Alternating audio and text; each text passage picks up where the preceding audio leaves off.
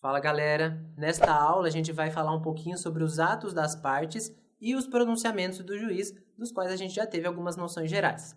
Bom, em primeiro lugar a gente vai conversar um pouquinho sobre os atos das partes, o que você já viu comigo, que são os atos daqueles sujeitos processuais que têm interesse direto no processo, né? E qual é a regra para a prática desses atos? A regra é sempre da eficácia imediata, porque o código diz que os atos das partes, sejam eles declarações unilaterais ou bilaterais de vontade, têm eficácia imediata de constituir, extinguir ou modificar os direitos processuais.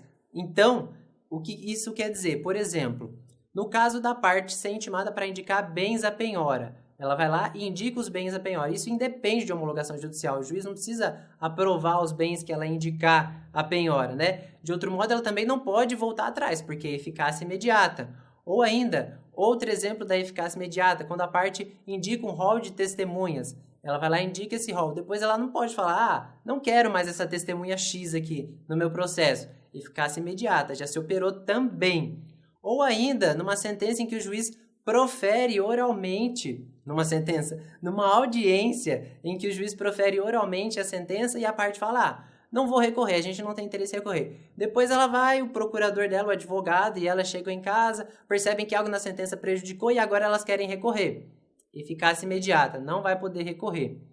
No entanto, a gente também tem exceções a essa regra. E a exceção mais clássica, que é a exceção do artigo 200, só que do parágrafo único, é a desistência da ação. A desistência da ação ela tem que ser homologada pelo juiz, sim. Então, nesse caso, ela não produz o efeito imediato dos outros atos processuais que as partes praticarem.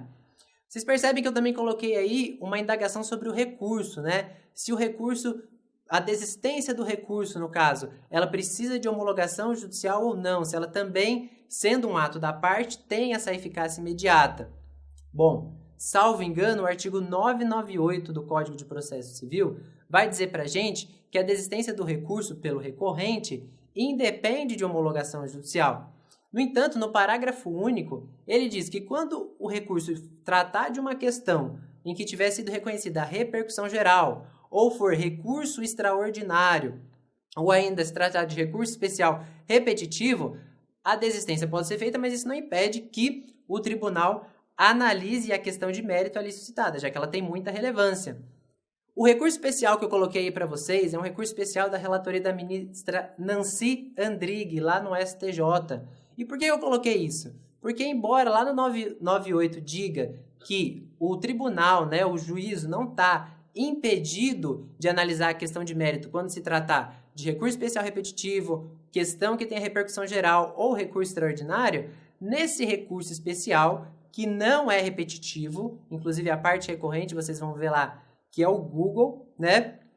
Ela entendeu que, embora a parte recorrente quisesse desistir, o STJ tinha que sim analisar a questão, né? Ela argumenta no sentido de como se aquela questão tivesse uma espécie de repercussão geral, fosse tão relevante para a sociedade, né, que merecia apreciação do Poder Judiciário, não podendo a parte, ainda que as partes tivessem feito um acordo, desistir do recurso.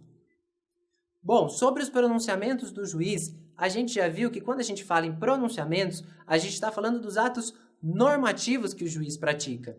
E quais são esses atos normativos que o juiz pratica? Aí eu coloquei os três, que são as sentenças, as decisões interlocutórias e os despachos. Bom, vamos começar pela sentença, que é o ato com certeza mais conhecido de vocês, de qualquer pessoa, né?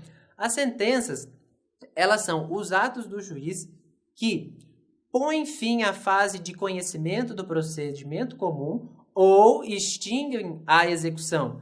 Perceba, a sentença ela não extingue o processo, ela põe fim à fase do procedimento comum ou ainda extingue a execução.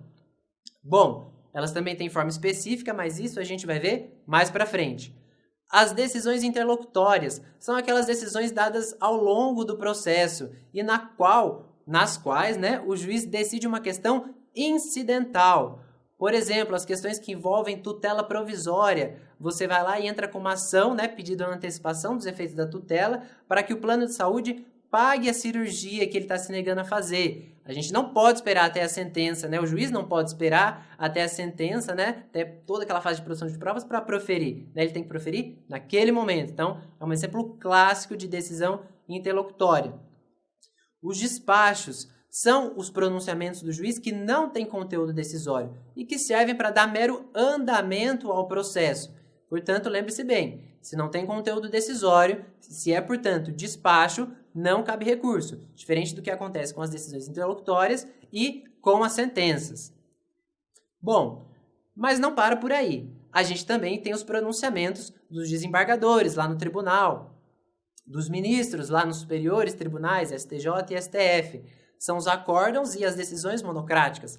Os acórdãos, diz o 204 do Código de Processo Civil, são os julgamentos colegiados proferidos pelos tribunais. Acórdão porque, sendo um julgamento colegiado, os desembargadores, por unanimidade ou maioria, vão decidir, ou seja, eles vão acordar, concordar sobre a melhor solução para o caso. E as decisões monocráticas é algo que tem ganhado muito destaque no novo Código de Processo Civil e que as hipóteses de decisão monocrática pelo relator do processo, todo o processo distribuído ao tribunal, caso você não saiba, tem um relator.